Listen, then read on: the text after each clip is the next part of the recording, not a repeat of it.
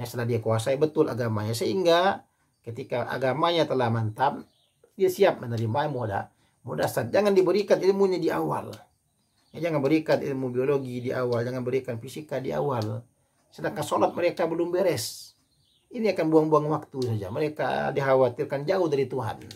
Sehingga biarkan mereka dekat dengan Tuhannya. Setelah itu baru berikan ilmu-ilmu baru. Ketika dia menguasai ilmu baru, maka dia menjadi ilmuwan yang beriman. Menjadi ahli fisika yang beriman, menjadi ahli biologi yang beriman, menjadi ahli kimia yang beriman. Dan begitulah yang dilakukan oleh para ulama terdahulu.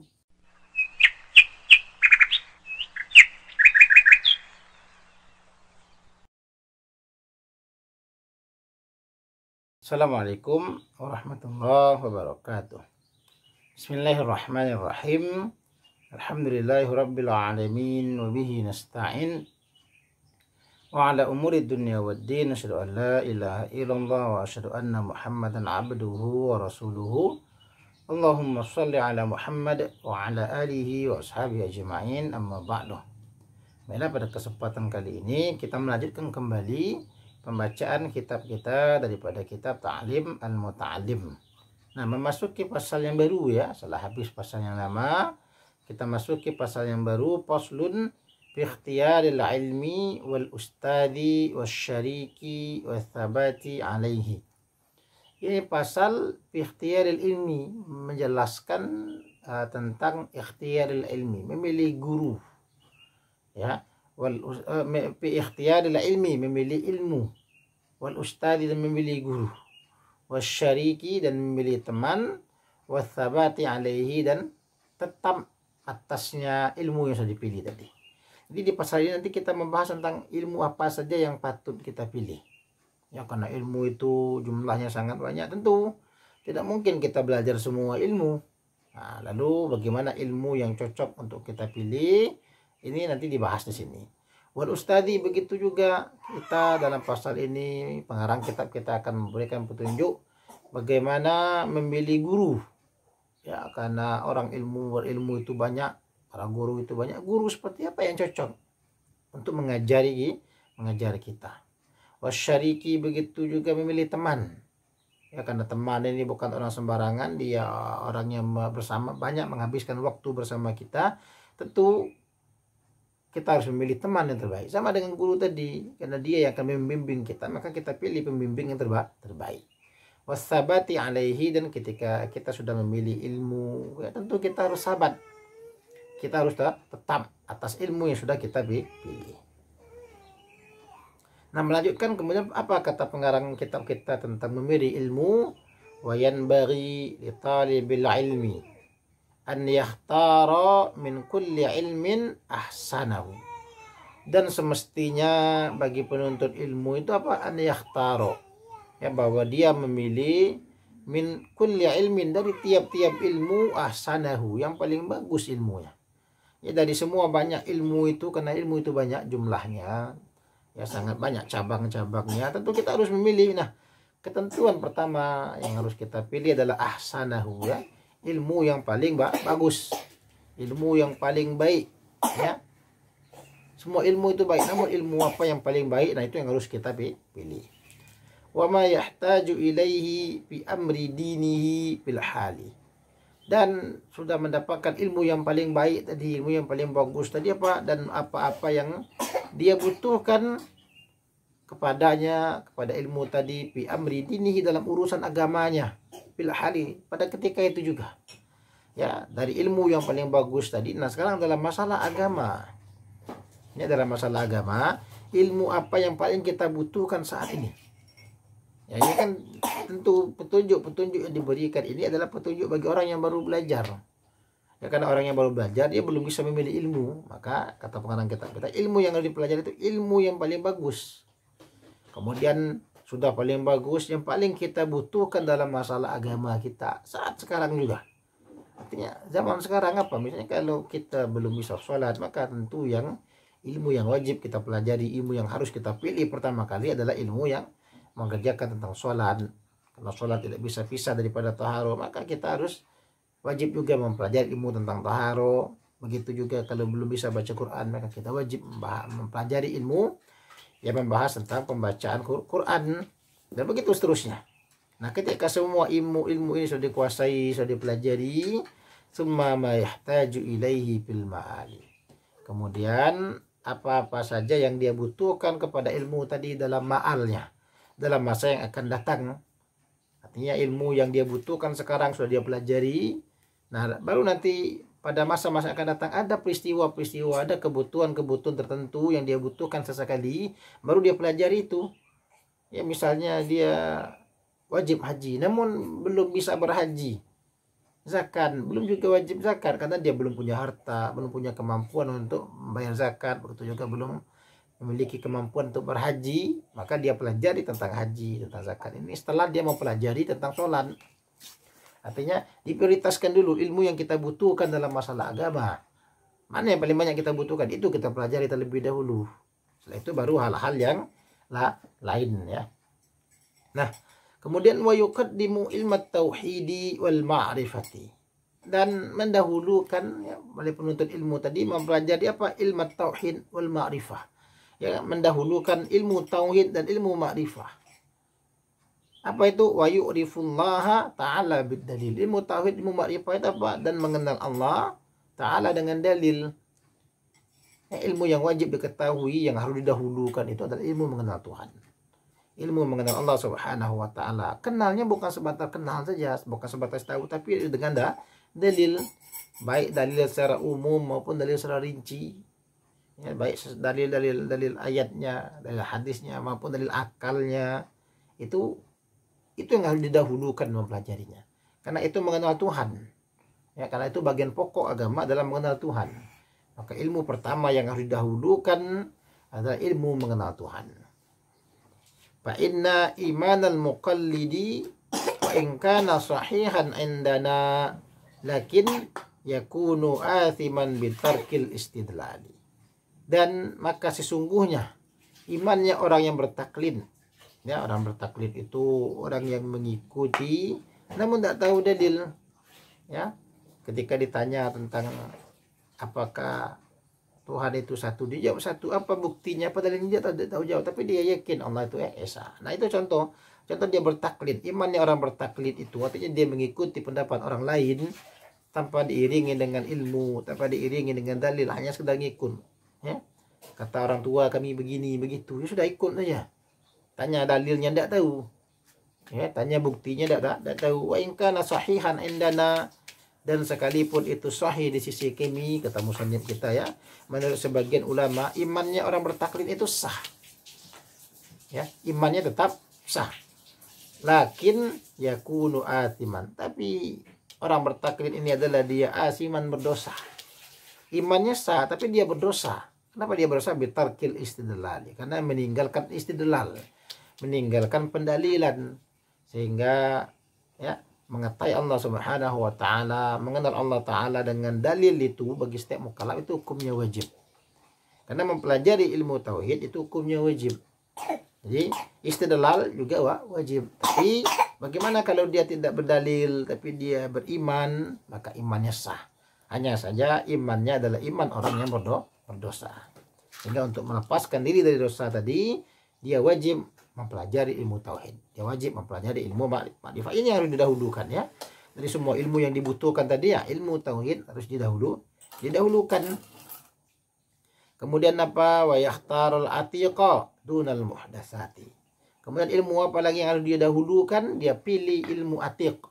Ya, ilmu atiq ini bisa dia katakan ilmu lama.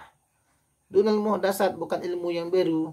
Jadi para penuntut ilmu pilih ilmu yang lama-lama. Jangan pilih ilmu yang baru-baru.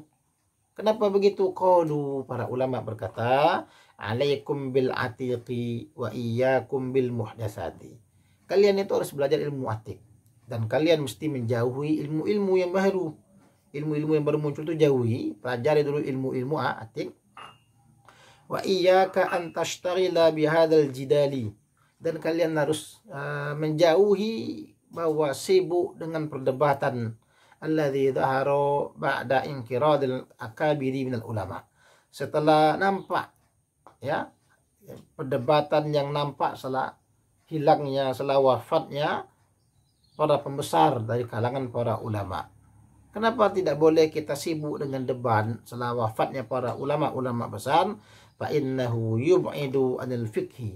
Karena sesungguhnya perdebatan itu apa? Yub'idu anil fikhi, menjauhkan dari pemahaman, dari fikih. Ya ketika sibuk berdebat akhirnya ilmunya hilang, tidak dapat. Wa yudayyun umra, menghilangkan umur, menghabiskan waktu saja. Wa yurisul wahsya, dan mewariskan sifat buas, wal adawata, dan permusuhan. Jadi kalau sudah sibuk berdebat, akhirnya apa? Pemahaman tidak dapat. Buang-buang umur, yang ada hanya pertengkaran. Ketika berbeda pendapat, akhirnya tidak berteguran karena berdebat. Ya, sehingga ini kata para ulama, jauhi perdebatan. Ya, para penuntut ilmu harus menjauhi perdebatan. Begitu juga para penuntut ilmu harus menjauhi ilmu-ilmu baru. Maksudnya di sini apa? Kenapa kok ilmu baru harus dijauhi? Ya, harus dengan ilmu ating. Kenapa harus membahas ilmu-ilmu lama saja? Karena ini adalah untuk para penuntut ilmu yang baru belajar. Tentu para penuntut ilmu yang baru belajar, mereka memiliki banyak keterbatasan. Banyak hal yang belum mereka ketahui, maka di masa-masa awal itu fokuskan saja untuk mengetahui tentang Tuhannya. Dia harus belajar ilmu tauhid. Dia harus belajar tentang ilmu yang dia butuhkan sekarang.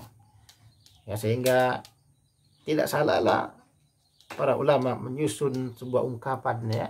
Almarhum Guru Kadir dalam bait syairnya mengatakan, belajarlah kita tauhid dan pakai tasawuf dan ilmu yang lain. Ya, belajar kita tauhid. Tauhid ini ilmu tauhid, ilmu mengenal Tuhan, ilmu ma'rifah. Ya, belajar ilmu tauhid. Dan fikih. Fikih ini membahas tentang kebutuhan kita. Ya, kita butuh sholat, di fikih belajarnya. Dan tasawuf. Tasawuf yang beliau maksud adalah tasawuf akhlak. Belajar pula ilmu akhlak. Inilah bagian daripada ilmu lama. Maka para penuntut ilmu yang baru-baru belajar, ilmu ini yang harus dikuasai terlebih dahulu. Kalau sudah dapat ilmu ating ini, ya silakan ilmu yang lain. Bukan tidak boleh penuntut ilmu itu belajar fisika. Bukan tidak boleh penuntut ilmu itu belajar biologi. Bukan tidak boleh. Boleh saja. Namun pelajari itu setelah dia mantap agamanya. Ya, setelah dia kuasai betul agamanya. Sehingga ketika agamanya telah mantap, dia siap menerima ilmu dasar. Jangan diberikan ilmunya di awal.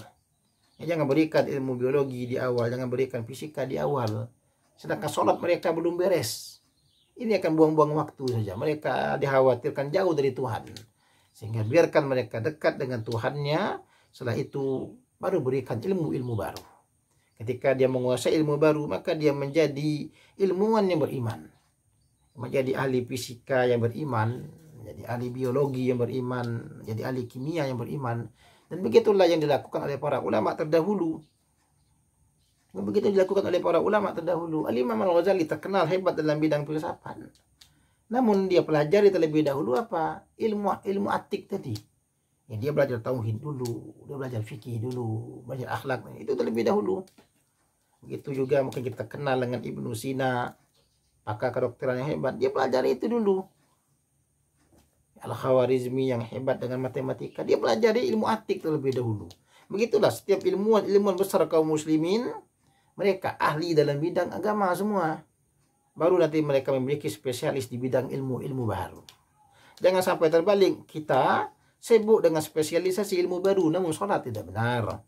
Sibuk berhebat-hebat dalam fisika, namun baca Quran masih belum benar.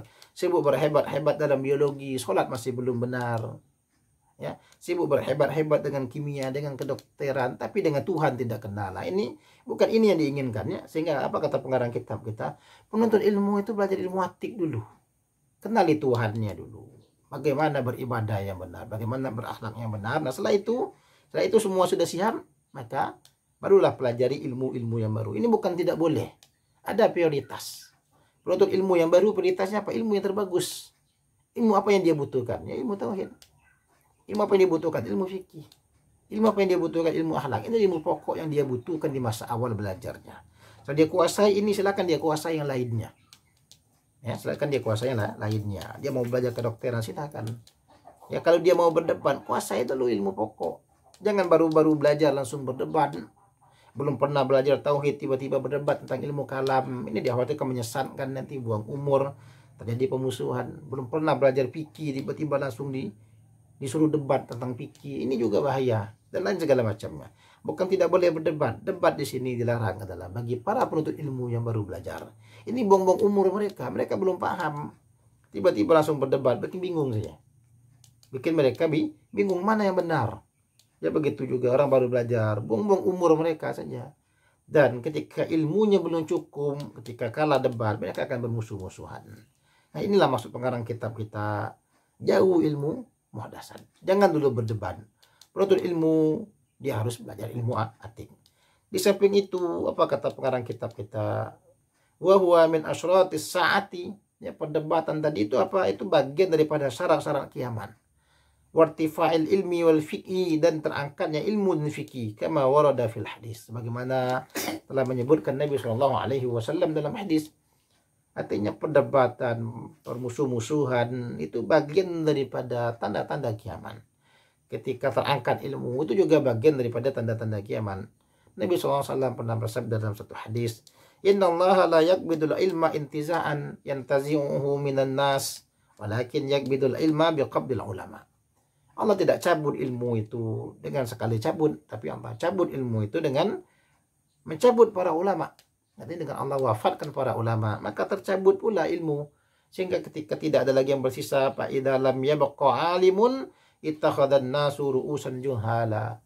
Ketika tidak ada lagi orang alim, akhirnya apa? Orang-orang mengambil orang bodoh sebagai pemimpin mereka, sebagai penunjuk jalan mereka, sebagai guru mereka, sebagai mufti mereka. Apa yang terjadi?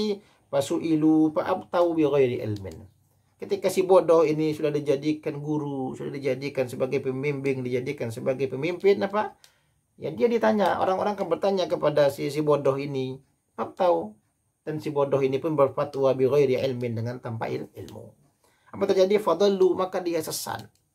Si bodoh ini sudah sesat, wa adallu, dan dia pun menyesatkan orang. Ya karena dia tidak punya ilmu. Para ulama pun telah wafat. Akhirnya apa? Terjadi kerusakan. Ya, terjadi kerusakan karena dia berpendapat, dia berfatwa tanpa ilmu. Dia saja sudah sesat dan dia pun mengajak orang untuk ikut sesat. Nah, inilah yang dimaksud oleh pengarang kitab kita. Bagian daripada tanda kiamat. Perdebatan, ya, permusuhan, terangkatnya ilmu, itu bagian daripada tanda-tanda kiamat. Dan itu tidak bisa dipungkiri. Dan itu pasti terjadi. Namun, apa kata pesan pengarang kitab kita? Bagi para penuntut ilmu, fokuskan dulu dengan ilmu atik. Kita baru belajar, kenal itu dulu Tuhan. Bagaimana cara beribadah kepada Tuhan yang benar, dan bagaimana bermuamalah dengan Tuhan yang benar, ya, bagaimana berakhlak, ini yang harus didahulukan. Setelah itu, silakan pelajari ilmu-ilmu yang lainnya. Jangan langsung belajar ke ilmu yang lain namun meninggalkan ilmu pokok. Dia khawatirkan nanti itu, ya, ketika meninggalkan ilmu pokok jadi ilmuwan, namun sayang ilmuwan yang tidak beriman. Tapi kalau imannya sudah kokoh, dia jadi ilmuwan yang beriman. Allah subhanahu wa ta'ala alam. Subhanakallahumma wa bihamdika asyhadu an la ilaha illa anta astaghfiruka wa atubu ilaik. Wassalamualaikum warahmatullahi wabarakatuh.